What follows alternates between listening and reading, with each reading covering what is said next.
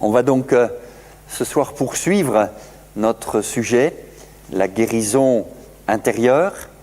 On n'est pas seulement un corps, on a à l'intérieur quelque chose qui est complètement immatériel, qui s'appelle l'âme, qui s'appelle le cœur, non pas la pompe, mais le cœur de l'homme. Il y a encore aussi une expression biblique qui nous parle de l'esprit que Dieu a mis dans l'homme. Il y a d'autres textes qui disent que Dieu a mis en l'homme la pensée de l'éternité. On a des pensées, c'est immatériel tout ça. Et pourtant, c'est ça qui nous fait nous conduire. C'est ça qui fonde notre comportement et on se conduit d'après ce qu'on a dans la tête. Vous le savez ça ? Voilà, alors hier soir j'ai donné mon témoignage, il a été enregistré et toute la soirée est enregistrée. On ne s'est pas aperçu que l'heure tournait. On a passé 2 heures ensemble et on n'a pas vu le temps passer. C'est enregistré, donc vous pourrez en profiter. Ce soir c'est enregistré et filmé. Bonjour à tous les internautes qui verront cette vidéo. J'ai intitulé le sujet de ce soir « Besoin de guérison ». Tant qu'on n'est pas conscient qu'on a besoin de guérison, on ne guérit pas. Quelqu'un de célèbre a dit que tout bien portant est un malade qui s'ignore. C'est grave de penser qu'on est en bonne santé et en fait, on ignore que finalement on a aussi besoin de guérison. Un jour j'ai reçu un couple dans mon bureau. D'abord c'était elle qui était venue. Et je dois rendre ce témoignage à nos sœurs qu'elles sont souvent plus sensibles à ce besoin de guérison intérieure que les hommes. Mais au bout d'un moment, elle a réussi à amener son cher mari dans le bureau du pasteur. Mais alors lui, il était persuadé que ce n'était pas pour lui. Et il a écouté, et puis au bout d'un moment de l'entretien, il a dit « mais j'en ai besoin ». Je dis « ah oui, c'est bien que tu en prennes conscience, c'est bien que tu le confesses, parce que tu as aussi besoin ». Souvent, ça c'est pour les couples, on veut que l'autre change. Et on se trompe complètement. Ce soir, n'écoutez pas le message en disant « tiens, ce serait bien pour lui, ce serait bien pour elle. Ah, s'il était là. Ah, il faut que je lui donne le CD ou, on disait au XXe siècle, la cassette. On dit autre chose aujourd'hui. » Non, écoutez pour vous-même. C'est à vous que je m'adresse. Je ne viserai personne, je ne vous connais pas, mais je parlerai à tout le monde. Et je voudrais que vous écoutiez. Alors vous avez devant vous aussi un poète. Je sais pas, on disait hier que dans ce qu'on reçoit de nos parents, il faut évaluer l'influence qu'ils ont eue sur nous. C'est le sens de « honore ». Ton père et ta mère, fais l'analyse de l'influence qu'ils ont eue sur toi. Et j'avais un papa un peu poète. Et je pense que ça, je l'ai gardé. Et je veux le garder. Et l'autre matin, c'est tout frais, l'autre matin, après avoir lu ma Bible, prié, j'ai écrit un poème. Vous voulez que je vous le lise ?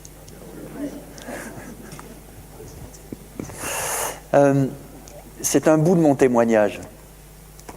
Mais je voudrais m'adresser aussi aux enfants qui sont là, avec nous. Il y en a quelques-uns.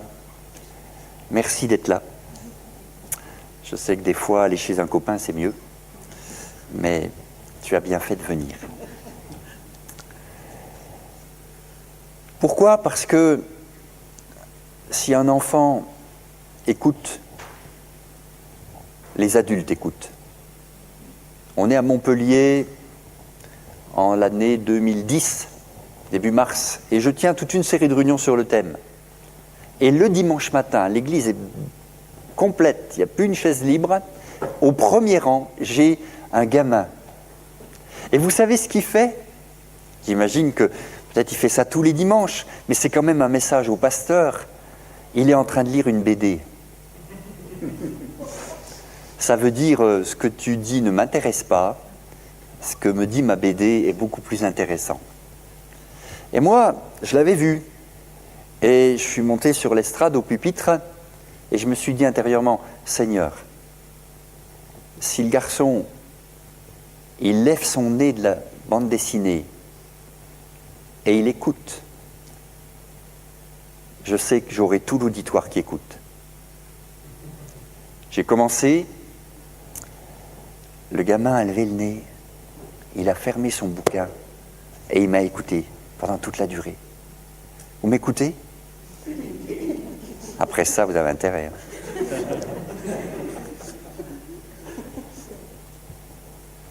Ça s'appelle accident.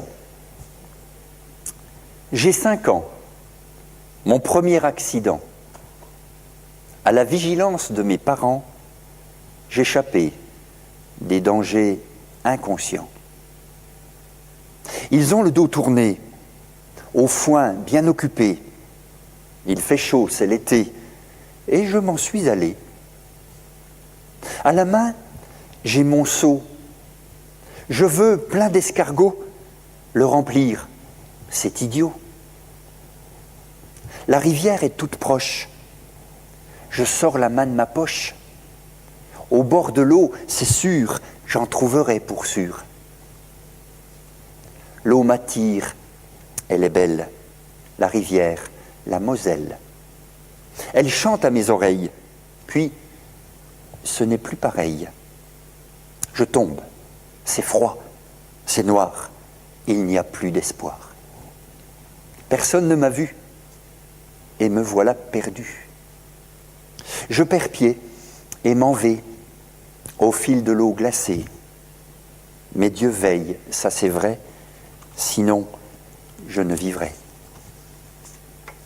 Une mamie, du haut de la falaise, a tout vu et crie fort son malaise. Le gosse, il est parti. Pour lui, c'en est fini. Papa se jette à l'eau. Oh, comme l'amour, c'est beau.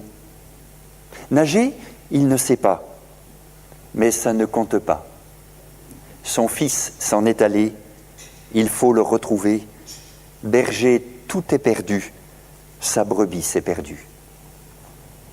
Mais il m'a retrouvé, et par plusieurs aidé, de l'eau il m'a tiré pour ne plus me lâcher.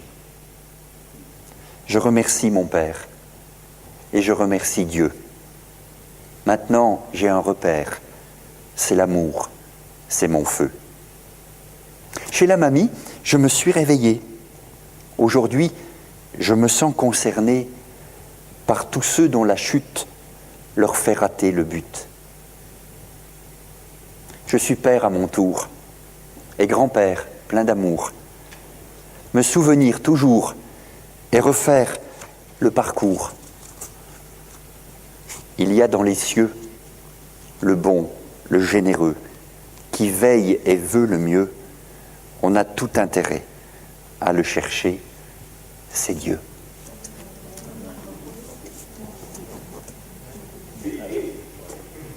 C'est sorti en 5 minutes, comme un témoignage, mis en vers en alexandrin.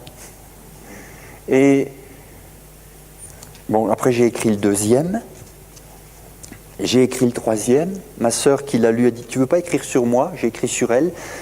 Bref, ma fille, qui est médecin, m'a offert un livre début de l'année 2018. Et elle m'a dit « Cher papa, voici un carnet spécial retraite. » En fait, il n'y a rien d'écrit dedans.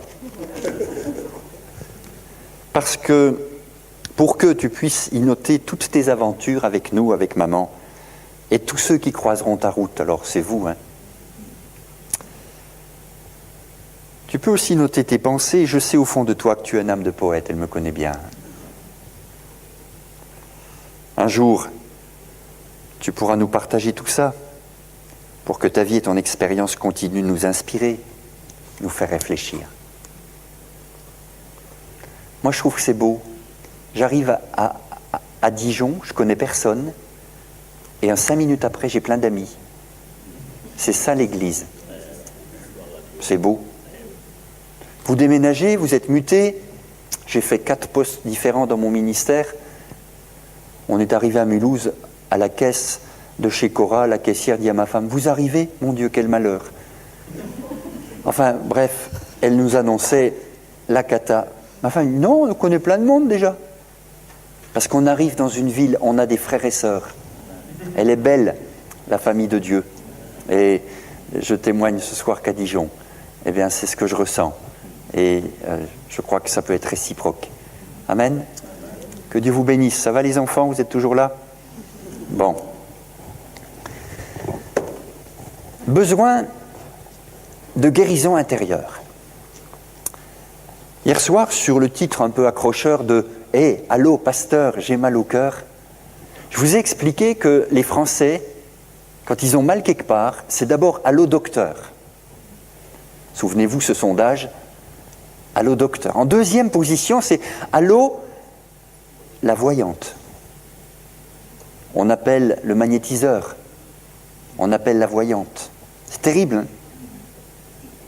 Et dans le top 10, il n'y a pas « Allô, pasteur ».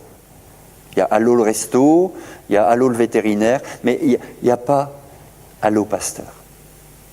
Je crois que c'est important qu'on entende, on écoute bien que Dieu, via les ministères qu'il a donnés à l'Église, Dieu veut le meilleur pour nous. Et il y a dans le ciel le bon, le généreux, qui veut le mieux pour toi. Alors, en vous parlant de besoin de guérison intérieure, et en ne vous connaissant pas plus que ça, je connais vos visages, peut-être on a parlé un petit peu avec certains aujourd'hui, mais quand même, ma connaissance de vous est très, très, très, très superficielle encore. Mais je suis persuadé que vous avez tous un intérieur, et je ne parle pas de votre maison. Peut-être vous pouvez tenir votre maison impeccablement, mais je parle de votre âme. Et le Seigneur dit dans sa parole, « Donne-moi ton cœur, donne-moi ton intérieur. Je veux venir habiter chez toi, a-t-il dit à Zachée. Il faut que je demeure aujourd'hui dans ta maison. Et si on veut que ça aille mieux à l'intérieur, il faut changer de locataire. » Vous avez des gens qui ont des colocs. Vous connaissez la colocation? Ils cohabitent avec l'amertume, la haine, la colère. Bref, ce sont de mauvais locataires qui ne payent pas leur loyer, ni les charges, et qui vous gâchent la vie à l'intérieur. Changez de propriétaire déjà. Avant, on était à Satan. Maintenant, on est à Jésus-Christ. On a changé de propriétaire. Et maintenant, tous les locataires dehors. Vous me suivez? C'est important parce que le Seigneur ne veut pas seulement que, on ait compris intellectuellement, mais il veut qu'on vive intérieurement sa parole. Alors je le répète, hier soir j'ai aussi évoqué ce besoin de faire rentrer, comme un clou qu'on veut faire rentrer dans une planche, je veux faire rentrer la parole. Tu veux que la vérité soit au fond de mon cœur, fais pénétrer ta vérité au fond de mon cœur, parce que c'est la vérité qui nous affranchit. Alors, pour commencer ce soir, on va explorer toutes sortes de domaines où l'on a besoin de guérison intérieure. Et en citant cette liste, elle n'est pas exhaustive, elle pourrait être allongée peut-être à l'infini. Mais j'ai regroupé en quelques points les domaines où l'on a besoin de guérison. Et si dans l'un ou dans l'autre, vous vous reconnaissez, alors dites en votre fort intérieur, « Merci Seigneur, tu parles de moi ». Tout d'abord, il y a le poids de blessures morales, intérieures, des déceptions, des trahisons, des divorces, des avortements. C'est un domaine où l'on a vraiment besoin de guérison intérieure. Tout ce que je vous montre ici, vous pourrez le télécharger sur une clé USB que vous amenez ou demander à ce qu'on vous l'envoie, mais je vous encourage à relire ces notes-là. le poids de blessures morales, des choses qui ont blessé l'âme. Déception, trahison, divorce, avortement, on pourrait continuer la liste, mais ce sont des blessures. Or, une blessure non soignée, s'il y a du personnel médical ici, on dira que c'est très dangereux. Si vous ne soignez pas une blessure, elle ne se soigne pas toute seule. Elle a besoin d'être nettoyée, d'être refermée, d'être protégée pour qu'elle guérisse. Et si une blessure morale vous a touché, et on verra tout à l'heure quelles sont les réactions habituelles, mais ce sera pour tout à l'heure. Si votre blessure, je veux en parler avec tact et ne pas vous mettre mal à l'aise, si cette blessure est niée et étouffée, ma femme avait une expression très à elle pour parler de tout ça, elle disait « je mettais le mouchoir dessus ». Vous savez, ces gens qui mettent ça au fond de la poche, qui mettent le mouchoir dessus, vous pensez que ça guérit? Les racines, vous pouvez peut-être tondre la pelouse, l'apparence, la soigner, mais si les racines ne sont pas ôtées, un peu de pluie, un peu de soleil, et dans quelque temps, tout aura repoussé. Donc il ne faut pas un traitement de surface, il faut aller au fond des choses. Je montre à l'envie mon poignet. Si vous vous approchez un peu, vous verrez une belle cicatrice.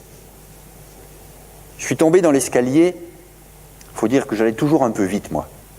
Et j'ai perdu pied, et dans ma chute, j'ai emporté le vase que ma mère avait mis là, un vase ébréché qu'elle voulait jeter. Et dans mon élan, dans ma chute, j'ai emporté avec mon poignet ce vase, et évidemment, il m'a ouvert le poignet. On était pauvres, on n'avait pas d'argent. On m'a mis le poignet au-dessus de l'évier de la cuisine. On a fait couler l'eau de la source en attendant que ça s'arrête. J'ai quelques tendons, quelques nerfs qui sont coupés. Mes doigts sont un peu plus froids. C'est pas que je suis pas chaleureux, mais c'est parce que il y a eu... C'est pratique pour prendre les plats du four. Vous sentez rien. Sauf que quand même ça fait des cloques. Donc il faut que je fasse attention. Mais voilà. Après, il y a tout ce qui va derrière, la négligence. Aujourd'hui, on emmène l'enfant à l'hôpital, on lui raccommode les tendons, les nerfs, et voilà. Allez. Donc, on m'a mis quelque chose autour. Et puis, voilà. Mais pendant des mois, si vous touchiez, même, je ne me laissais pas approcher. C'était douloureux. Aujourd'hui, je peux taper, j'ai plus mal. Mais par contre, la plaie est toujours là. Qu'est-ce que je suis en train d'expliquer? C'est que une blessure, elle a besoin d'être traitée, mais son souvenir, c'est ça la bonne nouvelle, ne fait plus mal quand elle est bien traitée. Et je crois que le poids des blessures morales intérieures, c'est énorme comme domaine, c'est énorme. Deuxième domaine, le poids du passé. Le poids du passé. Jérémie disait dans ses lamentations, et je pense qu'il n'y a pas que Jérémie qui se lamente aujourd'hui, disait au chapitre 3, versets 19 et 20, « Quand je pense à ma détresse et à ma misère, à l'absinthe et au poison, quand mon âme s'en souvient, elle est abattue au-dedans de moi. » Le poids du passé, le poids des souvenirs, du personnage que vous avez été. Regardez comment Saul de Tarse, qui est devenu l'apôtre Paul, parle plus tard encore de ce qu'il a été. J'ai persécuté l'Église de Dieu. On sent que, voilà, ça reste quelque chose de très marqué dans sa vie. Souvenir d'une enfance ratée, souvenir de chute pendant votre vie chrétienne. On peut parler de l'apôtre Pierre, qui renie à 3 reprises Jésus, alors qu'il avait été prévenu. Alors, c'est vrai que le poids du passé, qu'est-ce que je fais, pasteur, avec mon passé? Et ils sont menteurs, ceux qui vous disent que vous êtes de nouvelles créatures, vous n'avez plus de passé. Parce que la réalité, c'est qu'on a tous une histoire et qu'il faut savoir quoi faire de son passé. Je ne peux pas refaire le passé, mais je peux réagir autrement aujourd'hui par rapport à mon passé. On en reparlera. Mais le poids du passé. J'ai trop rencontré de gens, pendant 40 ans de ministère, qui m'ont raconté leur passé pour vous dire que c'est pas, que ce serait faux ça. On a tous un passé qui pèse plus ou moins. Qu'est-ce que j'en fais avec toute la culpabilité qui va avec? Troisième domaine, on a besoin de guérison intérieure, c'est le poids de la peur et de la crainte. Dans le psaume 34, verset 5, je lis « J'ai cherché l'Éternel, il m'a répondu, il m'a délivré de toutes mes frayeurs. » Vous voyez, David, dans les psaumes, est très, très cash, comme disent les jeunes. Il ne cache pas les choses. Il les dit, voilà, j'ai peur. Et même plus que peur, j'ai des frayeurs. Donc, le poids de la peur et de la crainte, il y a de nombreuses sources de peur, on en parlait hier soir, dans la vie de David et dans la vie des gens en général. Chez lui, chez David, il y a eu Saül, il y a eu les Philistins, il y a eu le peuple qui était avec lui et qui le trompait, il y a eu même l'Éternel à un moment, il a eu peur de Dieu à cause de son péché. Le poids de la peur et de la crainte, ça vous paralyse, ça vous empêche de décider, vous êtes dans le brouillard, vous ne savez pas vers où avancer, comment avancer, vous êtes malade, et j'emploie le mot avec douceur, hein, malade à l'intérieur. Et il faut traiter cela. Avoir peur n'est pas le bon carburant pour grandir correctement. Et quand on commence à avoir peur des camarades à l'école, quand on commence à avoir peur dans la cour de récréation, je me souviens d'un garçon qui terrorisait toute notre classe. On s'enfuit. Et puis un jour, je ne sais pas ce qui m'a pris, je dis moi j'en ai marre. Et je suis allé vers lui. Il était toujours aussi grand, toujours aussi fort, toujours aussi impressionnant. Il s'est précipité sur moi. Vous savez ce que j'ai fait ? Je lui ai attrapé le bras, je me suis retourné et j'ai fait ça. Et il a fait un vol plané au-dessus de moi qui était beaucoup plus petit que lui. Et après, on a été tranquille. J'avais affronté mes peurs. Plus grand, alors que je sillonnais la France avec mes copains pour faire n'importe quoi, en fait, je me suis retrouvé un soir. On travaillait le soir parce que les gens rentraient du travail et nous, on leur vendait nos produits. Enfin, c'était toute une histoire en porte-à-porte. Et le soir, là, dans la banlieue du Havre, en Normandie, je suis en train de vendre en porte-à-porte mes petits trucs, là. Et en sortant de la propriété, 2 énormes chiens étaient là et je pense qu'ils avaient faim. Ils avaient faim. Et j'étais un sandwich tout prêt, quoi, tout chaud. Ils ont commencé à foncer sur moi. Donc, première réaction, j'ai eu peur. Et je pense que ce soir-là, j'ai battu mon temps au 100 mètres. J'ai couru, mais j'ai couru. Seulement, c'était d'énormes chiens qui me rattrapaient petit à petit. Et bientôt, je sentais derrière moi le souffle carnassier. Je vous dis pas ce qu'on éprouve. Ma frayeur était grande.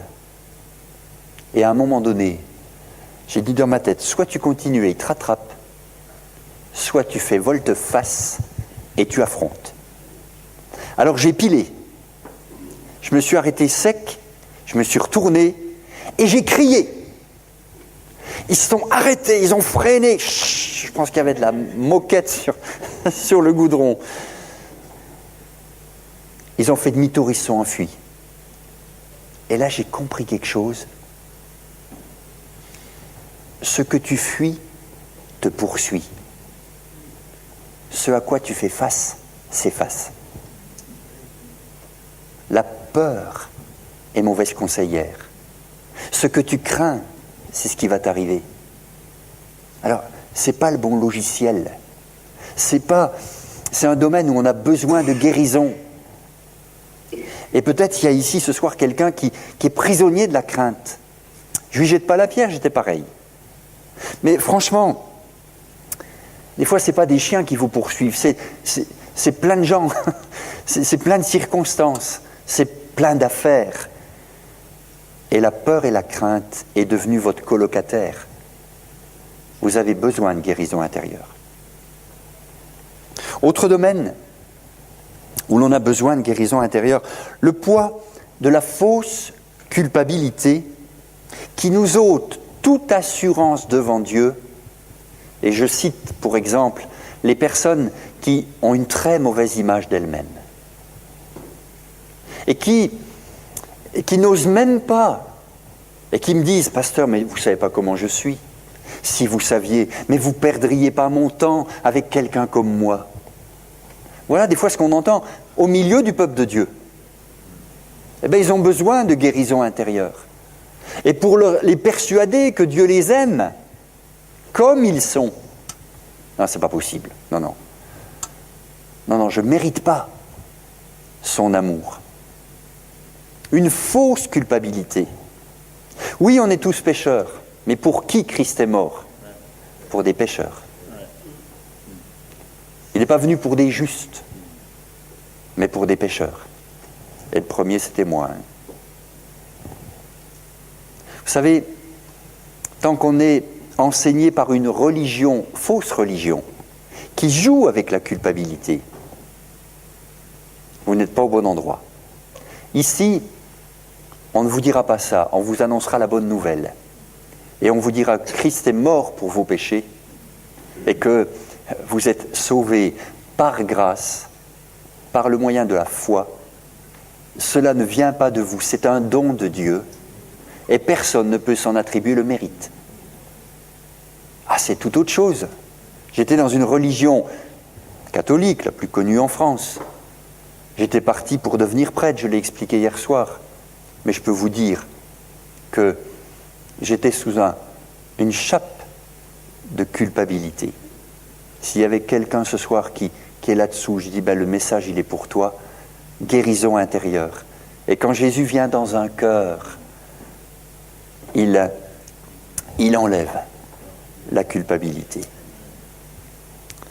Un autre domaine où l'on a besoin de guérison intérieure, c'est le poids du présent que l'on vit sans l'accepter. Je m'explique. Bon, le texte est connu, l'apôtre Paul dit « J'ai appris, ça s'apprend, à être content de l'état où je me trouve. » Ça s'appelle le contentement. Mais vous avez des tas de gens, et même dans nos églises, qui n'acceptent pas leur présent, qui n'acceptent pas ce qu'ils vivent au présent. Il y a toujours quelque chose qui ne va pas. Le pasteur, il n'est pas assez ceci, sa femme, pareil, enfin, tout le monde y passe. Il faut trouver un coupable. Ou alors, ils n'acceptent pas leur métier, leur patron. Ils n'acceptent pas leurs voisins. Ils n'acceptent pas d'être en ville. Ils n'acceptent pas d'être à la campagne. Bref, on n'en sort pas. Ils n'acceptent pas.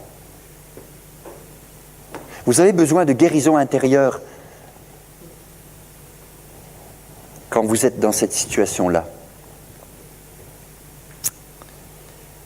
Le poids du péché non vaincu. Ah, vous savez, en termes de péché, il y a celui contre lequel on lutte. Et ça, le Seigneur nous y aidera. Puis il y a celui qu'on aime en secret. Le poids du péché non vaincu. Je m'adresse principalement à des chrétiens, je crois, ce soir. Est-ce que vous êtes parfait à Dijon ?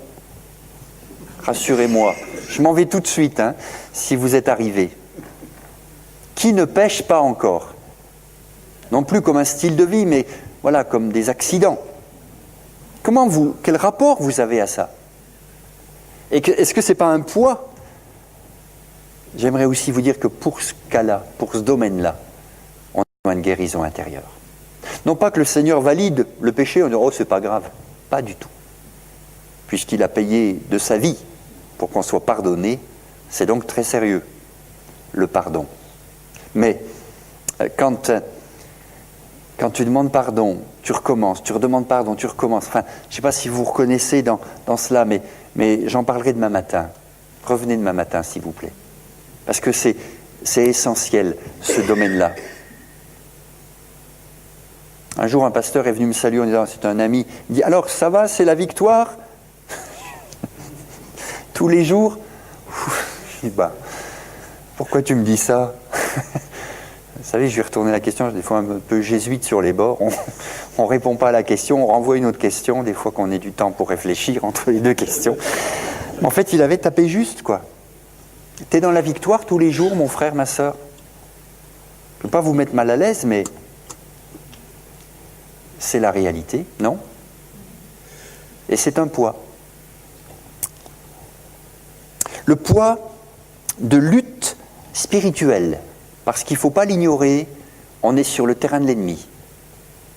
Il est très agressif.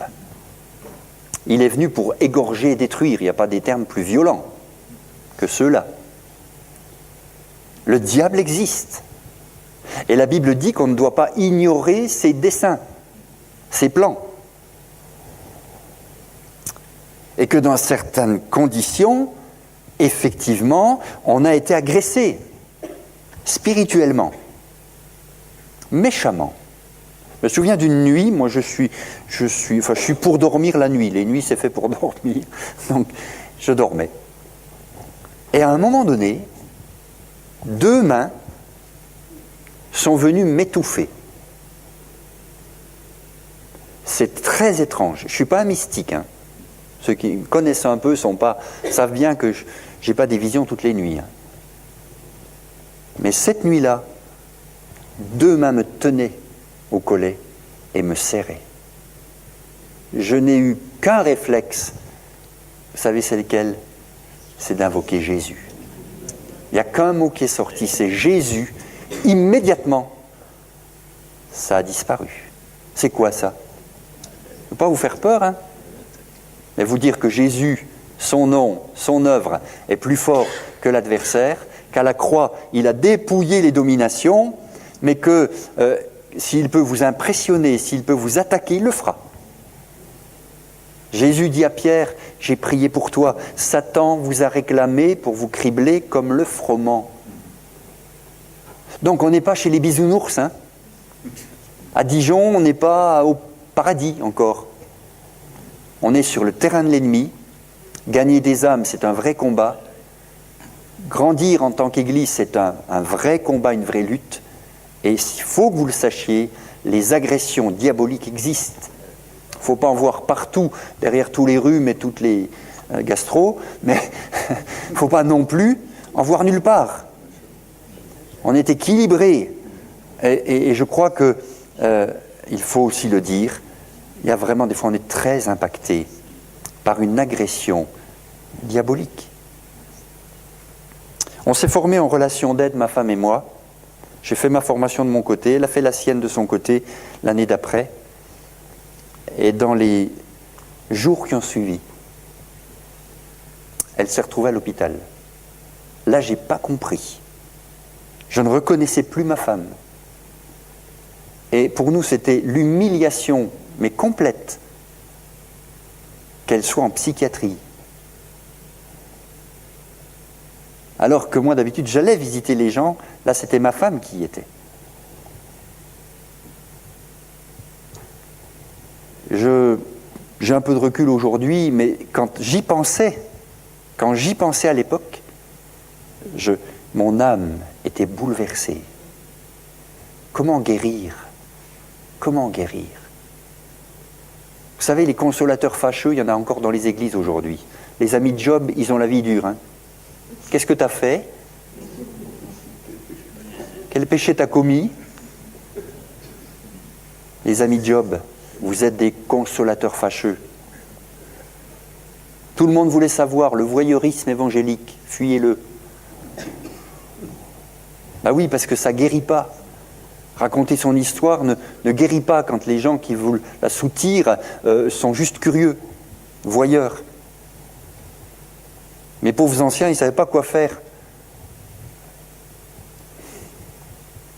J'ai eu besoin jusqu'à aller prendre des calmants pour calmer mon angoisse. J'avais jamais vécu ça. Jamais. On était attaqués. On avait pris un chemin qui ne plaisait pas à l'adversaire. On était attaqués.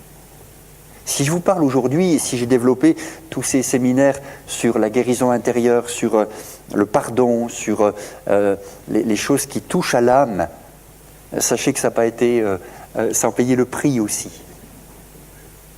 Mais je peux vous dire que c'est un vrai sujet. Le poids de lutte spirituelle, d'agression diabolique. Et puis enfin, mais je le dis, la liste n'est pas terminée, mais je m'arrêterai là, mais je pense qu'avec déjà tout ça, on a de la matière ce soir pour travailler. Le poids de conflits non réglés. Avec les parents, avec le conjoint, avec l'église, avec les responsables, avec le patron, avec les voisins, des conflits non réglés. Le non-pardon est quelque chose qui fait du mal à l'âme. Vous pouvez mettre des kilomètres avec le problème ou la personne, ça ne règle rien, vous l'emmenez avec vous le problème.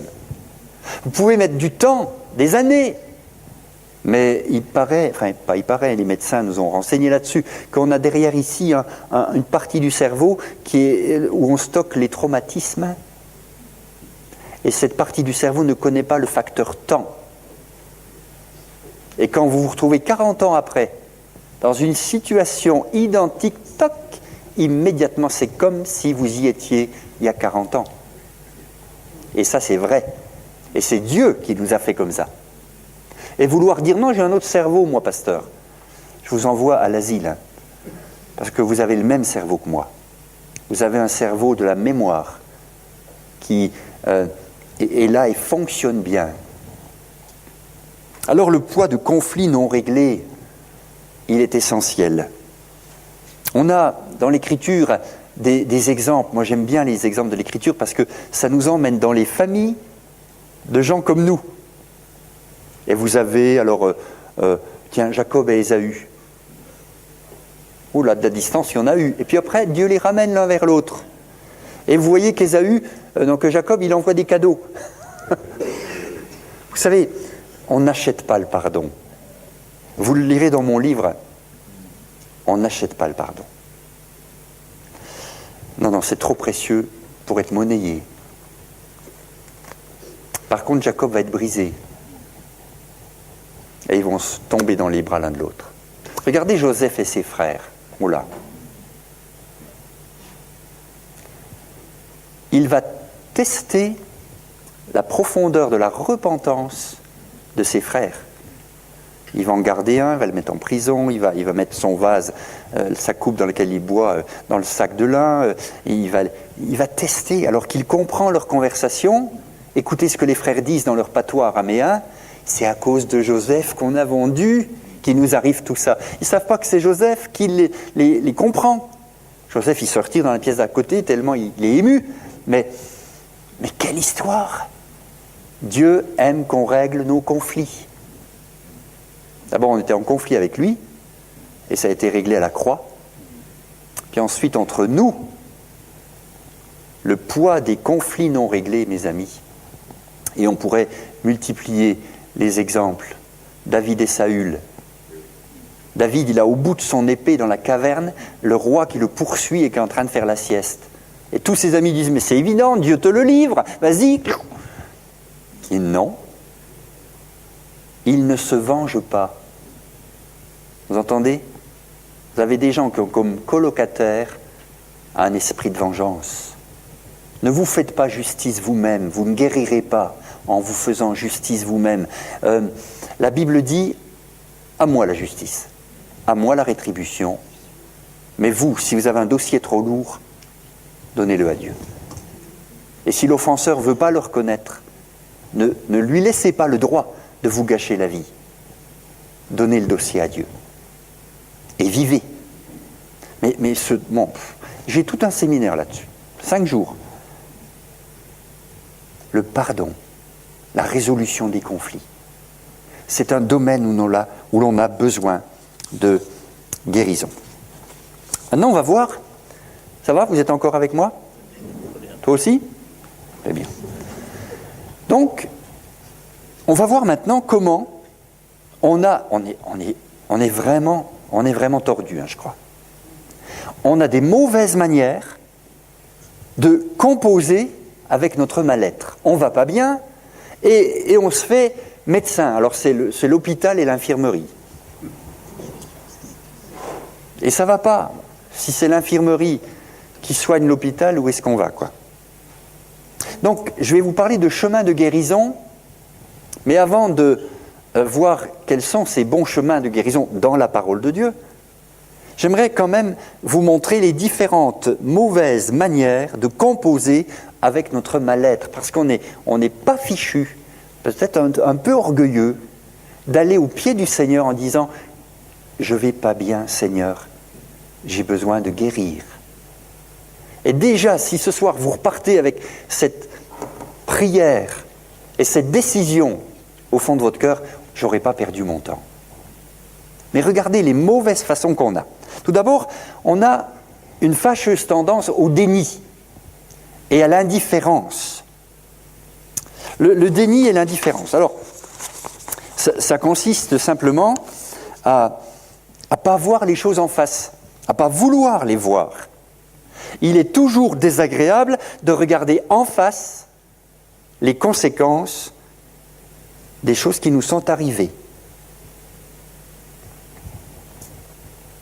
Alors on se persuade que tout va bien, et c'est le fameux sketch, ça va, et toi ça va, ouais ça va, et toi ça va. C'est ça l'Église? C'est ça la communion fraternelle? Bien sûr que non. Dieu ne cache pas les choses. Le déni et l'indifférence sont des mauvaises façons d'appréhender notre mal-être intérieur. Une autre façon, elle est terrible celle-là, c'est le mépris de soi. Le mépris de soi. C'est pire que l'indifférence, pire que le déni. On est victime et en plus, on se descend. On se méprise. C'est la double peine. Vous pensez que ça guérit? C'est pas de la guérison, ça. Non, mais je mérite ce qui m'est arrivé, de toute façon je suis nul. De toute façon, mon père, il le disait déjà. Donc c'est vrai, allez hop, une fausse croyance au passage, qu'on a pris pour vérité, et qui fait du mal à notre âme. Ne te méprise pas. La Bible dit qu'on doit aimer l'autre comme soi-même. Quelqu'un qui ne s'aime pas, je ne sais pas comment il va aimer l'autre. C'est très équilibré. Vous réfléchirez. Le mépris de soi. C'est vrai que, et c'est expliqué par un auteur qui s'appelle Dan Allender, qui a, je crois, écrit L'enfance déchirée, très bon livre pour les victimes d'abus sexuels, dont j'étais, qui explique que dans ce mécanisme de mépris de soi, on en vient à engourdir la souffrance. Alors c'est sûr que ça anesthésie, ça engourdit la souffrance, mais ça ne la guérit pas. Une troisième façon de composer avec notre mal-être, c'est la réaction exagérée. Alors vous en avez des gens, c'est comme ça. Vous les avez à peine touchés, boum, le volcan explose. Ce sont des réservoirs de colère. Et alors, vous leur avez rien fait, mais juste, je sais pas, vous leur avez dit bonjour, par exemple. Mais non, faut pas les juger. Ils sont dans la réaction exagérée. Parce que c'est une vraie cocotte-minute à l'intérieur. Vous savez, l'image de la cocotte-minute, comment que ça fonctionne, une cocotte-minute? Quand la pression intérieure est trop élevée, psh, ça va le bruit? C'était ça? Et mettez pas votre main au-dessus, hein, vous allez être brûlé. Hein. La pression intérieure, les réactions exagérées. Et derrière tous ces comportements-là, moi je dis qu'il y a un besoin de guérison intérieure. Et que ce n'est pas en arrosant tout le monde de ta colère que tu vas mieux pour autant. Certes, la pression est un peu baissée. Bon, ben comme ça, ils savent. Hein. Ils en ont pris, je les ai collés au mur. Hein. Mais tu n'es pas guéri pour autant.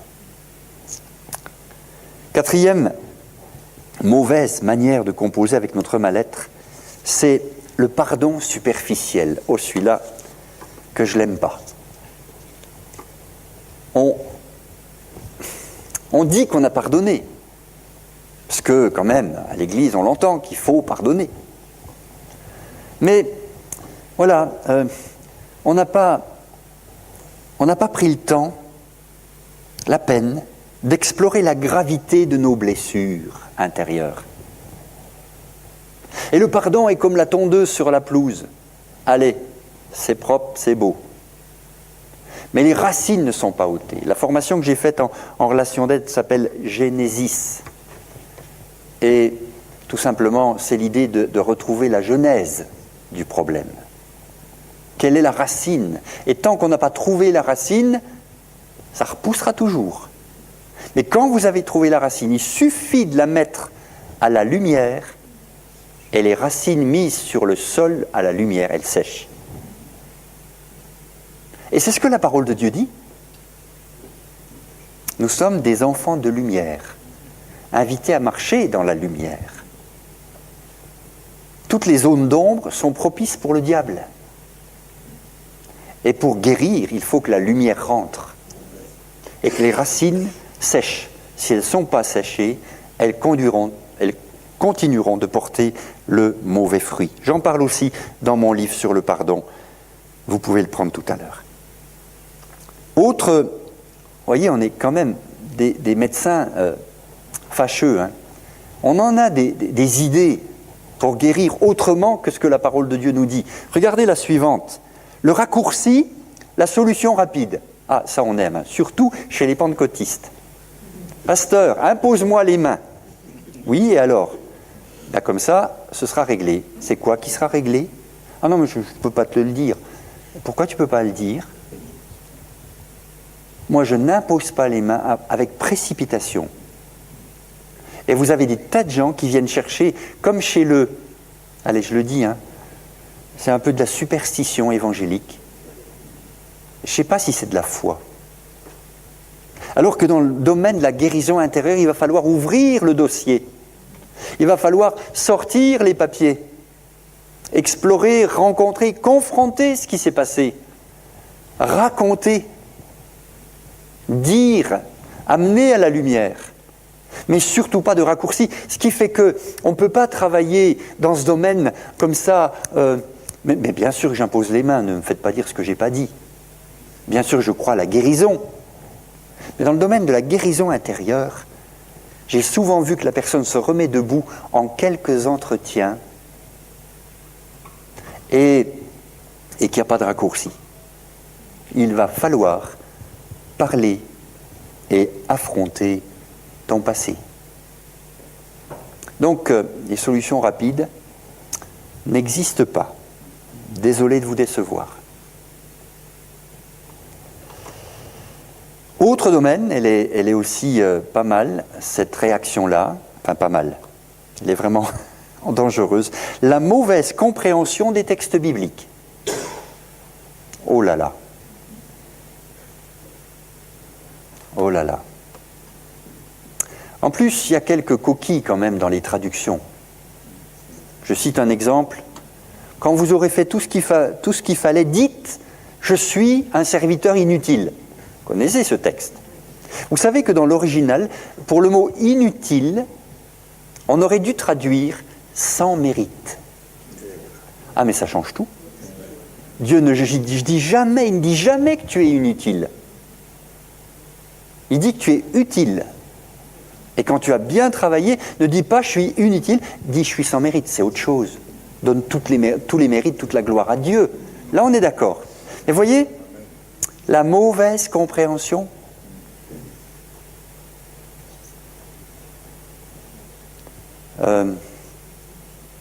Un autre exemple, t'en connais aussi, j'imagine. Oui. Par exemple, j'aime bien celle-là aussi. Si vous vous mettez en colère, ne péchez pas. Et que personne ne se couche sur sa colère. Alors, vu que j'en avais pas mal de la colère en colocation, je suis allé voir les textes. Eh bien, figurez-vous, ça peut vous paraître étrange, mais c'est tellement beaucoup mieux comme ça. Dans le texte original, il n'y a pas de si ou de quand, mais c'est mettez-vous en colère. Tiens, c'est donc une autorisation à se mettre en colère. Ah, ben oui, Jésus s'est mis en colère et n'a pas péché. Et vous vous rendez compte? Donc, mettez-vous en colère, mais effectivement, ne péchez pas. Je vous ai dit hier soir qu'il y avait 2 mots dans l'original pour parler de la colère légitime devant une injustice et la colère violente, méchante. Il y a 2 mots. Mais nous, en français, on n'a qu'un mot. Quant à se coucher sur sa colère, je connais des couples qui n'ont pas voulu aller dormir tant que ce n'était pas réglé. Mais ce n'est pas ce que dit le texte. C'est pas ce que dit le texte. Parce que si vous voulez forcer ce soir votre mari à régler le problème avant d'aller dormir, je vous annonce des problèmes d'avance.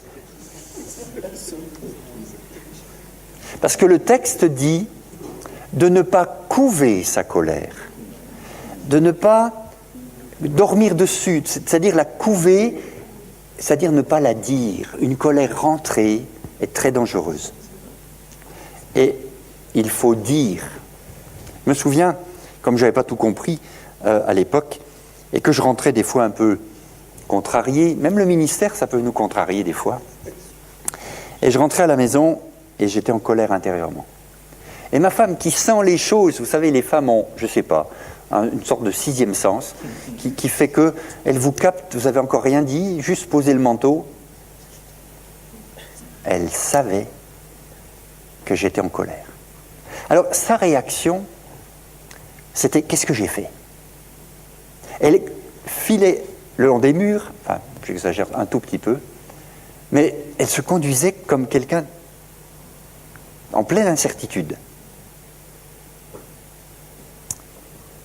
Et puis, c'était pas le meilleur des repas qu'on passait. Et puis j'ai appris à plus couver ma colère et à dire « je suis en colère et c'est pas à cause de toi ». Oh, tu veux qu'on en parle? Non, pas maintenant. Mais, voilà, ça allait beaucoup mieux. Elle savait que j'étais en colère, elle savait que c'était pas à cause d'elle, et elle savait que c'était pas le moment d'en parler pour l'instant. Mais c'est ça que dit la parole. Mettez-vous en colère, ne péchez pas, et ne couvez pas votre colère.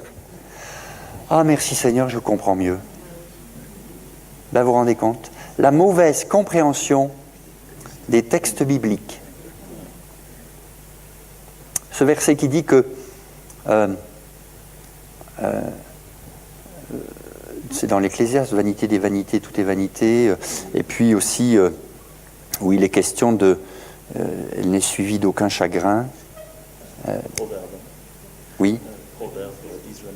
Eh ben, le début, c'est un trou de mémoire. C'est la bénédiction de voilà. l'Éternel. C'est la bénédiction de l'Éternel qui enrichit, et elle n'est suivie d'aucun chagrin. Qui est d'accord avec la suite, la deuxième partie? Qui a été béni et il n'y a plus eu de chagrin jamais? Allez, soyez honnêtes. Ça ne marche pas, quoi. Donc, qu'est-ce qui se passe? Alors, je suis aussi retourné vers le texte original. C'est écrit, c'est la bénédiction de l'Éternel qui enrichit. Ça, c'est vrai. Et toute peine n'y ajoutera rien. Tu peux t'échiner, tu peux t'efforcer, tu peux essayer ça n'y ajoutera rien, c'est suffisant. Voilà ce que ça veut dire. Ah bon? Non, mais c'est complètement différent. Vous me suivez? Donc, dans ce domaine de la guérison intérieure, si sensible, notre âme est sensible. Quand on a des raccourcis, des solutions rapides, quand on a des mauvaises compréhensions de textes bibliques, eh bien on peut blesser plus que guérir. Et des fois on a donné des coup de Bible sur la tête des gens en disant « Tiens, tel verset, boum !» Et vous ne les avez pas aidés parce que vous avez mal utilisé le texte biblique ou mal compris ce qu'il disait. Puis enfin, et je pense que la liste pourrait encore continuer, mais il faut que j'avance. Une dernière façon et mauvaise façon de composer avec notre mal-être, c'est le repli sur soi et le silence. Oh là là. Et je m'adresse particulièrement aux hommes. Moi j'ai un message là-dessus, il s'intitule « Sors de ta caverne ». En général, je le prêche le jour de la fête des pères. Sors de ta caverne. Je sais bien que l'homme qui rentre du boulot, il a besoin d'un quart d'heure. Laissez-le dans sa caverne un quart d'heure. Il va décompresser. C'est pas le moment, mesdames, de lui sauter dessus en disant « On part en course, j'ai vu des soldes ». Non, fichez-lui la paix. Il rentre, il est fatigué, et donnez-lui un quart d'heure de décompression. On est d'accord ? Un quart d'heure, ça va. Mais après, sors de ta caverne. C'est vrai que l'homme a souvent, quand il ne va pas bien, la fâcheuse manie de se replier sur soi et de se murer dans le silence. Ce n'est pas comme ça qu'on guérit. Ce n'est pas comme ça qu'on guérit. Alors, on va, après avoir dit ce qui n'allait pas, on va voir ce qui est dans la parole et qui vient de Dieu et qui nous aide à guérir. Et vous allez voir, c'est simple et c'est vrai, c'est à vivre, c'est ce soir, c'est pour vous, c'est vraiment, vraiment quelque chose qui est de l'ordre de la bonne nouvelle. On va lire dans Ésaïe 58. Ésaïe 58, le verset 12, texte bien connu.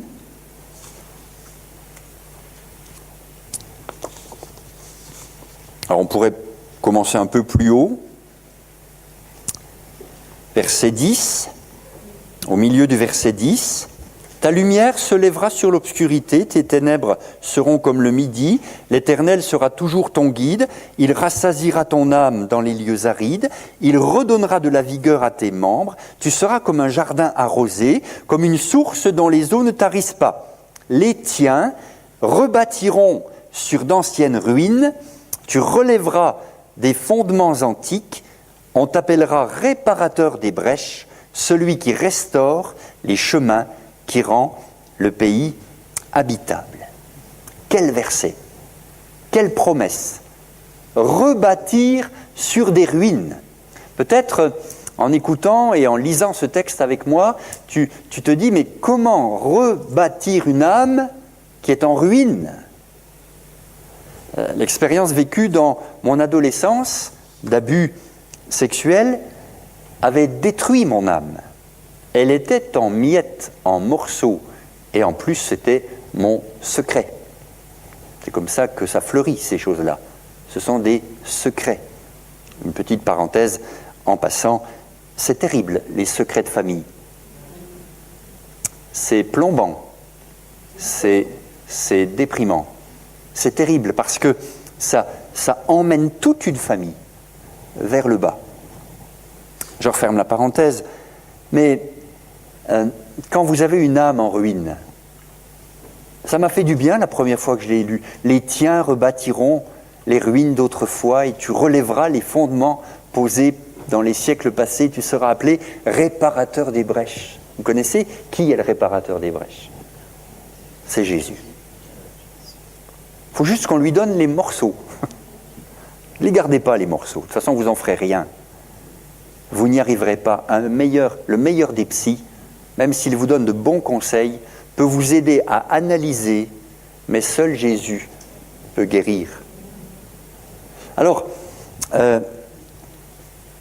il y a dans ce texte 3 verbes, et on va s'arrêter sur ces 3 verbes. Ils sont tellement intéressants, et on est dans l'hébreu, là on va aller voir cette langue originale. C'est le verbe relever tout d'abord. Relever. On a lu, tu relèveras des fondements antiques. Les fondements antiques, ce sont ceux-là, ceux de la parole de Dieu. Vous avez besoin, pour guérir, de fondements. Vous avez besoin de vous reconstruire sur quelque chose de solide et pas sur du sable. Vous avez besoin de retrouver le fondement, et on connaît quel est notre fondement, c'est la parole de Dieu, c'est Dieu, c'est Christ, c'est lui le rocher sur lequel on va rebâtir. En hébreu, le mot c'est kohom, qui signifie aider à relever, établir, fortifier, confirmer ou authentifier. Kohom. Et vous avez dans l'Évangile, Jésus qui utilise ce mot quand il est devant la petite fille, et Talitha Koumi.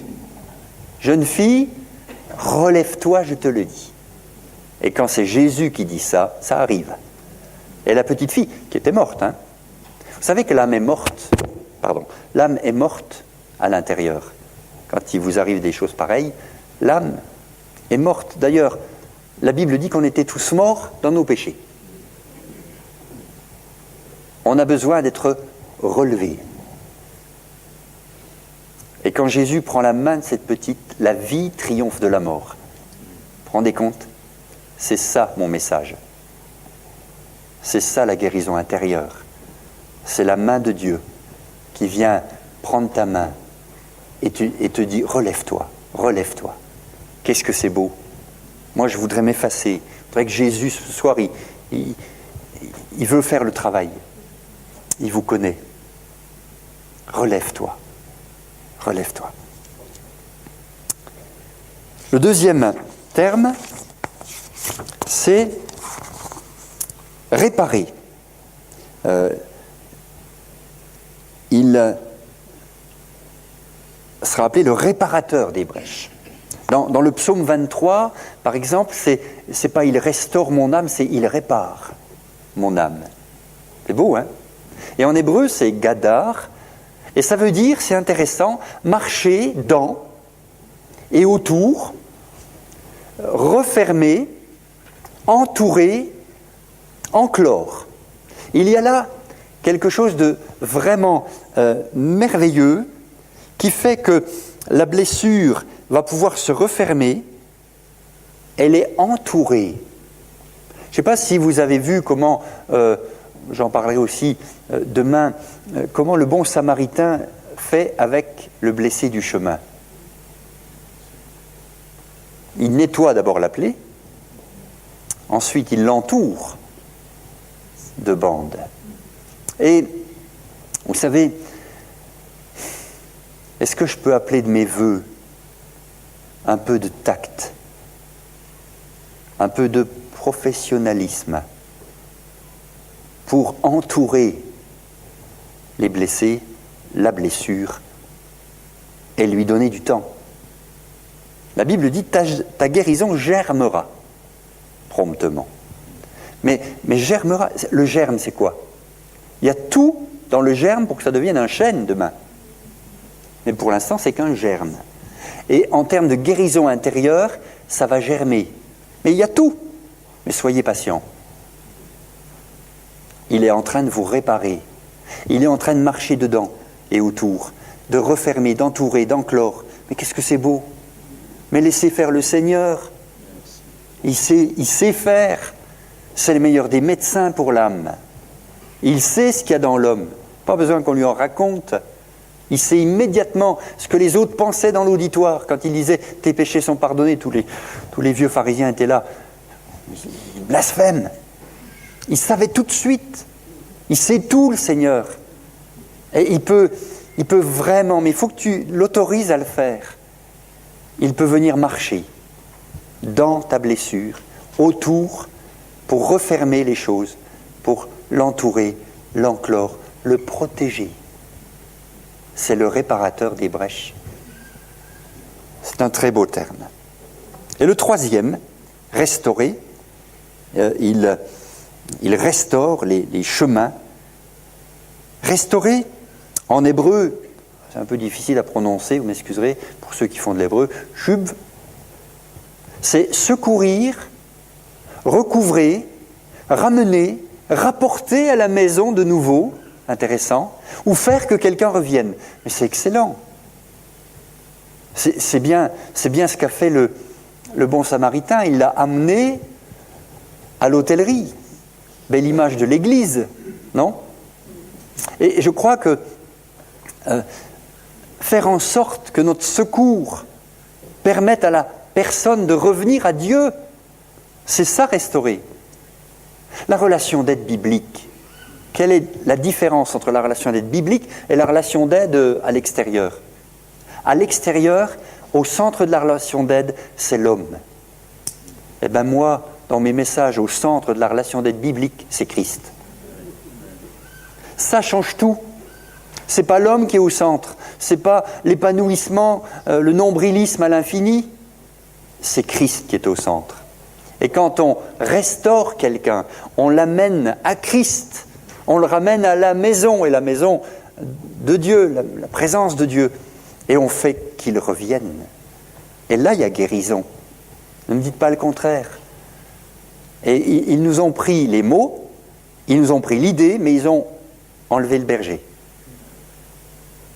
L'autre fois à Valence, un collègue pasteur est allé voir l'adjointe au maire. On organise depuis une quinzaine d'années un barbecue géant sur la place. Toutes les églises évangéliques ensemble. Excellent témoignage. On a un culte en commun au Parc Expo. On est près de 2000. Excellent témoignage. Et depuis 3 ans, le soir de Noël, on fait le Noël du cœur. Et cette année, 900 repas ont été servis. Des bus sillonnent la ville gratuitement pour ramasser les gens qui sont seuls ce soir-là et les amener au Noël du cœur. On a même vu l'évêque arriver en disant « Je suis seul ce soir, est-ce que je peux venir ?» On lui a dit « Oui ». Profonde solitude du clergé. Bref.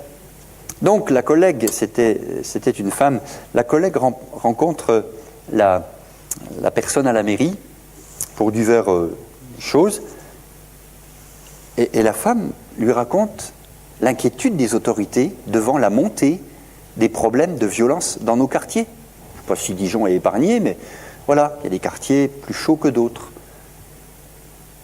Et elle utilise une expression, la femme adjointe au maire dit « Je crois qu'on a fait rentrer le loup dans la bergerie ».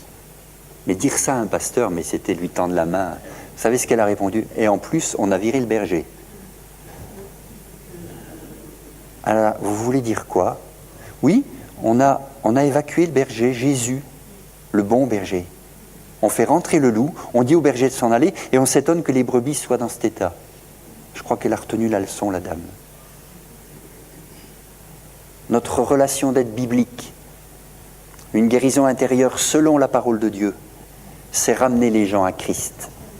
C'est lui le centre. On est d'accord? Parce que sinon, on fait fausse route. Et là, dans ce domaine, il y en a des fausses routes. Donc c'est bien la meilleure voie à suivre. Qu'est-ce que vous en pensez? Relever, réparer, restaurer. Ah, moi je suis candidat, hein, et je veux me laisser faire. Vous avez des malades qui sont quand même durs à soigner des fois. Je ne sais pas si dans les hôpitaux ici, ça arrive, moi, qu'une fille médecin, une belle fille médecin, une autre fille infirmière. C'est un milieu qu'on connaît bien à la maison. Elle raconte, quand elle se retrouve, comment certains de leurs patients se conduisent. Ah, il y en a, ils ne sont pas piqués des vers. Hein. Ils savent mieux que l'infirmière. Hein. Ils savent mieux que le médecin. Hein. Et ils ne sont pas faciles à soigner. Est-ce qu'avec Jésus, vous ne pourriez pas lui faire confiance? Vous ne pourriez pas lui dire, Seigneur, je suis d'accord, je te fais confiance. Après toutes les explications, moi, je t'amène mon âme. Je t'amène les morceaux. Et je te demande de me relever, de me réparer, de me restaurer. Amen. J'aimerais ajouter, pour terminer, une dernière diapo que j'ai intitulée « Chemin de guérison ». J'utilise d'une façon volontaire l'expression « chemin », le mot « chemin », parce que on est dans un cheminement. Et je reviens à ce que je disais tout à l'heure, il n'y a pas d'avance rapide, il n'y a pas de raccourci. Vous ne pouvez pas mettre avance rapide dans le domaine de la guérison intérieure. Toute guérison doit se consolider.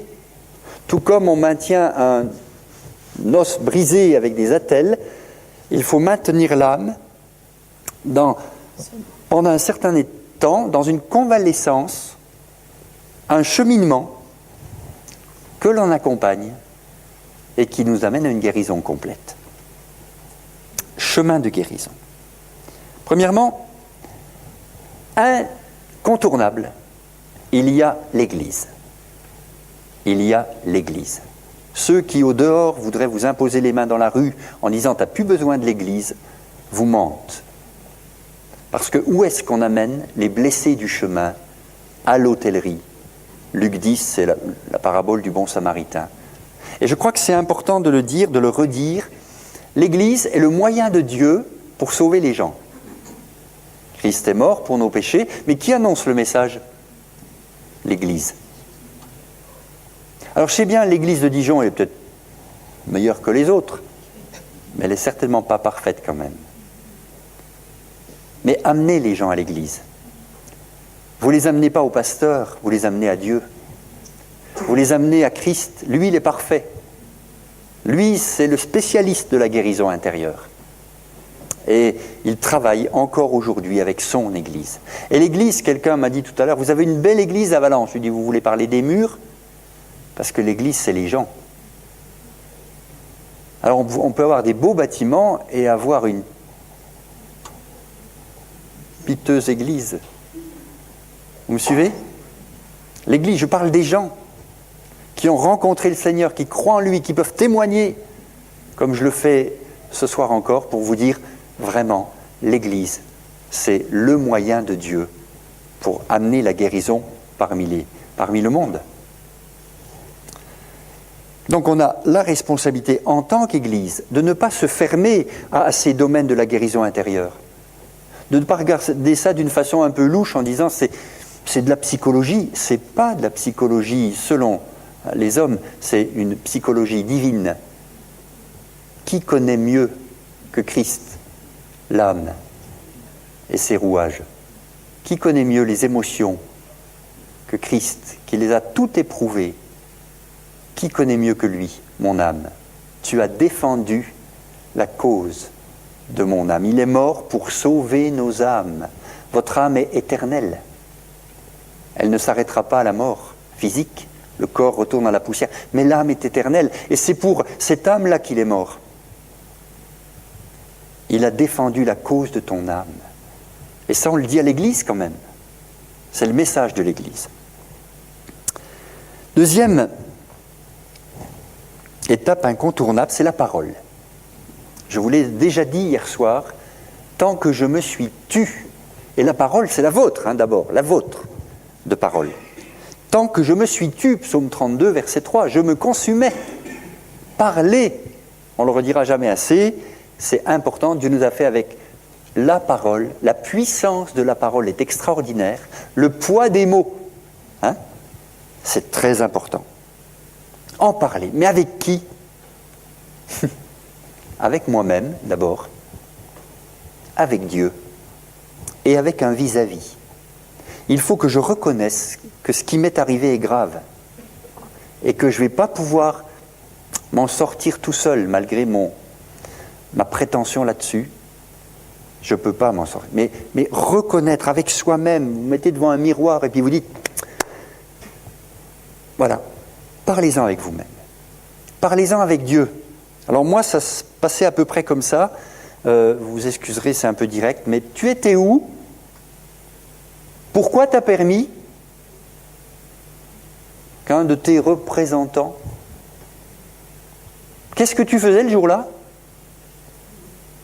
Et j'osais lui dire comme ça. J'osais l'accuser, mais j'en parlais avec lui. Vous savez qu'il peut tout entendre et pas se fâcher. Et pas vous tourner le dos. Et j'ai été longtemps à lui dire, mais franchement, je ne sais pas quel sens ça a, je ne sais pas quoi en faire dans ma vie. Aujourd'hui, je sais que je peux comprendre ceux qui y sont passés. Et c'est drôle comme le Saint-Esprit m'en envoie à l'appel. Mais j'en parlais avec Dieu. Puis un jour, peut-être vous n'avez jamais lu l'Évangile sous cet angle-là, le Saint-Esprit, devant le texte de la crucifixion, autour de la mort de Jésus, a fait ressortir des termes qui sont d'ordre, enfin moi qui me parlais très fort, les termes suivants. Ils lui ôtèrent ses vêtements. L'abus commence quand on vous enlève vos vêtements. Ils l'ont déshabillé. Ils se partagèrent ses vêtements. On l'a crucifié tout nu. La pudeur lui met sur les croix catholiques quelque chose autour de la taille. Ce n'était pas la réalité. Ils étaient nus. Et le Seigneur me dit, tu vois, ils me l'ont fait à moi aussi. Hein. J'avais jamais lu la croix comme ça. Et dans ces meurtrissures, les miennes étaient guéries. Et ça, c'est écrit. Christ connaît toutes tes souffrances parce qu'il les a toutes éprouvées. Et dans ces meurtrissures, tes meurtrissures guérissent. Ça, c'est pas un psy qui vous le dira, c'est le pasteur. Il faut en parler avec Dieu. Vous pouvez même lui dire tout ce que vous avez sur le cœur, de toute façon, ça vous fera du bien.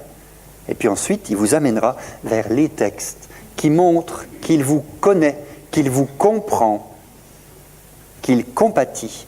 Et moi, quand il m'a dit à l'oreille, tu sais, ils me l'ont fait à moi aussi, alors là, j'ai pu jamais parler comme ça. Il me comprenait, il me guérissait. C'est beau, hein? J'espère que pour vous ça parle, mais pour moi, ça m'a été radical. Puis enfin, il faut parler avec quelqu'un, un vis-à-vis. Et le grand problème, c'est que souvent on n'a pas d'amis avec lesquels on puisse aller jusque-là. Et j'ai prié longtemps, des années, Seigneur, donne-moi un ami. Puis il a exaucé ma prière. Et un jour, je l'ai rencontré. Aujourd'hui, j'en ai quelques-uns, pas beaucoup. Mais je peux vous dire combien c'est précieux. On peut se voir, ne pas se voir pendant des mois. On se retrouve, c'est comme si on s'était vu hier, et on reprend la conversation avec la même profondeur. Un ami aime en tout temps. Et dans le malheur, c'est pas un juge. Il se montre un frère. En parler avec un vis-à-vis. Et moi, je trouve quand même que dans nos églises, si on fait un peu notre travail normalement, ça devrait venir, non? Un ami qui sait aussi se taire, pas aller raconter au restant de l'église ce que vous lui avez dit à l'oreille. Savoir écouter et se taire. Savoir écouter, prier et accompagner. Tout ça est dans la parole. Tout ça, Dieu l'a imaginé et nous le donne à vivre dans son Église. Troisièmement, la parole de Dieu. Alors, la parole est donc la vôtre d'abord, puis ensuite, la parole de Dieu. Regardez comment parle la parole de Dieu. Alors, j'ai quelques citations rapidement. Je voudrais prendre le temps de les lire. Psaume 34, verset 19. L'Éternel est près de ceux qui ont le cœur brisé. Il sauve ceux qui ont l'esprit dans l'abattement. Psaume 147, verset 3.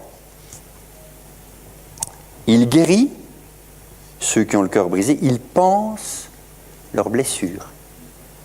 Voilà qui est Dieu. Voilà comment parle la parole de Dieu. Puis vous connaissez tous ce beau texte d'Ésaïe 61 que Jésus a repris dans la synagogue de Nazareth, le jour du début de son ministère. L'Esprit du Seigneur, l'Éternel est sur moi. L'Éternel m'a oint pour porter de bonnes nouvelles aux malheureux. Il m'a envoyé pour guérir ceux qui ont le cœur brisé. C'est nos lettres de noblesse en relation d'aide biblique. Ça vient avant la libération des captifs, la délivrance des prisonniers, mais la consolation des affligés est au centre du cœur de Dieu. Je suis dans mon cœur de mission, là, en tant que berger, de vous dire, voilà comment la parole de Dieu parle. Donc quand Dieu parle, il s'engage. Quand il promet, il tient ses promesses. Pas vrai ? Et comme c'est beau de se le rappeler, parce que j'ai j'ai dû plusieurs fois revenir au texte et les citer avec la foi pour dire, Seigneur, tu as dit que tu me guérirais, tu vas me guérir. C'est long, ça ne vient pas vite, je suis impatient, j'y arrive pas, je retombe, mais tu vas me guérir. Ok ? Je peux vous montrer mes cicatrices, mais je peux vous témoigner qu'elles sont guéries et vous encourager. Parce que la parole de Dieu parle comme ça, et l'auteur de la parole de Dieu, vous savez c'est qui. Autre chose encore qui fait tellement de bien, c'est que Dieu ne se contente pas de parler, il intervient. L'intervention de Dieu. Alors, c'est un vieux pasteur qui m'a ouvert les yeux là-dessus. Je ne sais pas si certains ont connu Maurice Ray, un pasteur de Suisse qui a écrit pas mal d'ouvrages et qui m'a éclairé un jour en nous expliquant le psaume 129. On le lit rapidement, versets 1 à 4. Et ça faisait tellement reflet, écho à ma vie.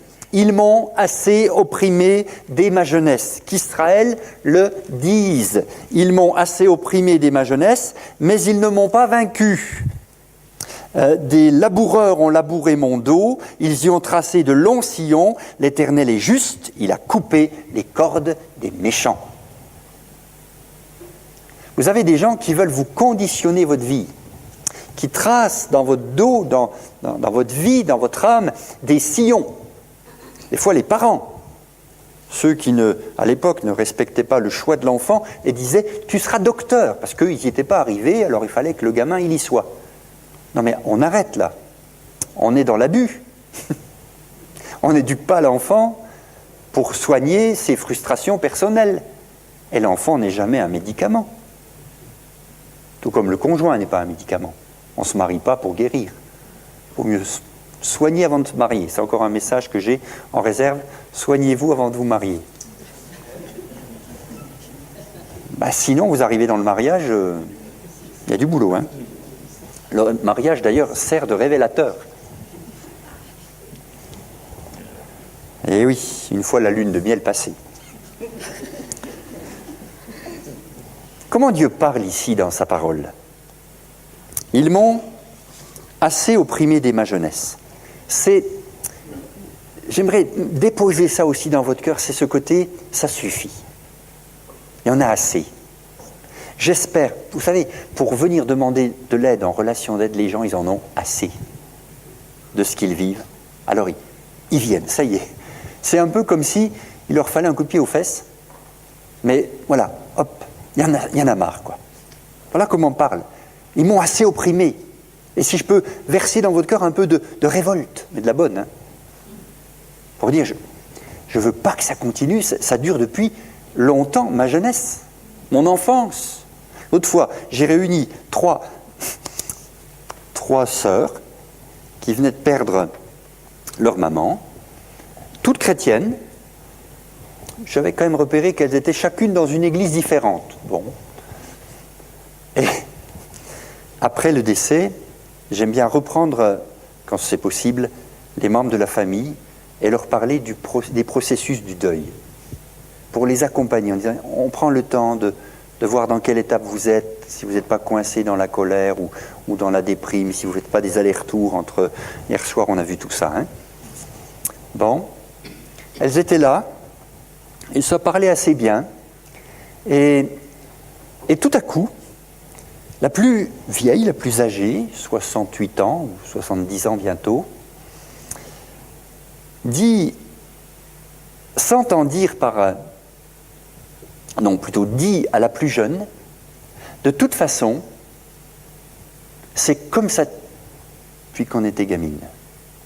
Alors, moi, je ne comprenais pas du tout de quoi elle parlait. Mais tout à coup, elle s'est mise en colère. Sa voix s'est animée et j'ai dit, oh, c'est très intéressant ce que vous dites là. C'est très, très intéressant. Et je les ai fait parler. Et je me suis aperçu que depuis l'enfance, et adulte, et à 70 ans, on est chacun dans son église. Hein. Vous vous rendez compte ? Le besoin de guérison intérieure. Alors, elles ont sorti les éléments qu'elles traînaient depuis l'enfance. Mais vous vous rendez compte ? Le temps perdu. Ça suffit, non? Depuis ma jeunesse, qu'Israël le dise, ça y est, j'en parle maintenant. J'arrête de me taire. Hein? On retrouve ce que j'ai déjà dit. Mais ils ne m'ont pas vaincu. Ça commence à sentir bon la bonne nouvelle. L'Éternel a coupé les cordes des méchants. J'aimerais vous dire que Dieu est capable d'intervenir pour couper les cordes que vous n'avez jamais pu couper, des liens intérieurs qui tiennent prisonnier votre âme. Il va falloir qu'un sécateur puissant vienne couper ces liens cachés. Il n'y a que Dieu qui peut le faire. On peut vous expliquer que vous avez tel ou tel lien, ça, d'accord, mais peut-on aller plus loin? Qui coupe les cordes quand elles sont puissantes, quand elles ont des années d'existence et que les années ont renforcé le lien? L'Éternel est juste. Il a coupé les cordes des méchants. S'il ne l'avait pas fait pour moi, j'aurais basculé dans une vie complètement, je ne sais pas si je serais encore en vie, complètement à l'envers, à l'ouest, diraient les jeunes. Mais merci Seigneur, tu es celui qui coupe les cordes des méchants. La croix, il ne faut jamais l'oublier. Dans ces meurtrissures, nous avons la guérison. J'étais juste un peu en avance tout à l'heure en vous parlant de mon expérience avec ça. Mais vraiment, venez à la croix, arrêtez d'avoir le nez sur vos blessures et regardez à Christ crucifié. Ça change tout. Non pas que vos bobos ne sont pas importants, mais par rapport aux siens, on peut quand même relativiser un peu. Mais je ne suis pas en train de dire que ce n'est pas important ce que vous avez souffert. Mais venez à Christ, qui a souffert beaucoup plus que nous. Et sa parole dit que dans ces meurtrissures, vous avez la guérison. Soit c'est un mensonge, soit c'est une vérité. Mais c'est une vérité. Et c'est à vivre. Venez à la croix. Venez à la croix. Voilà la relation d'aide biblique qui amène les gens à la croix. Et puis enfin, et je crois en avoir déjà un petit peu parlé hier soir, vous n'êtes pas là par hasard. Il y a un sentiment de destinée. Le psaume 139, verset 16, dit que, oui, avant que je sois né déjà, tu me voyais. Et sur ton livre étaient tous inscrits les jours qui m'étaient destinés. Vous savez, il n'y a pas de hasard, et il n'y a pas de hasard que nos routes se croisent. Et j'aimerais vous dire, vous n'êtes pas là par hasard. Dieu a voulu votre existence. Vous n'êtes pas un accident, comme disaient certains parents. Vous êtes voulu de Dieu. Vous êtes aimé de Dieu. Vous êtes son enfant. Et vous êtes sur terre pour quelque chose. La vie ne s'arrête pas à la conversion. Elle commence. Mais une fois bien guéri, je peux vous dire que il peut nous utiliser dans son œuvre. Amen. Maintenant, je vais conclure. Je trouve qu'il faut, après tout ça, se poser la bonne question, qu'est-ce que j'en fais? Et j'ai intitulé ma conclusion « Une décision de foi ». Je vous demande deux choses. Engagez-vous sur le chemin du changement. Décidez de revivre. Et ça va arriver. La guérison intérieure ne se fait pas sans la foi de la personne. La foi dans la parole de Dieu, la foi dans l'intervention de Dieu, la foi dans tout ce qu'on a dit là tout à l'heure.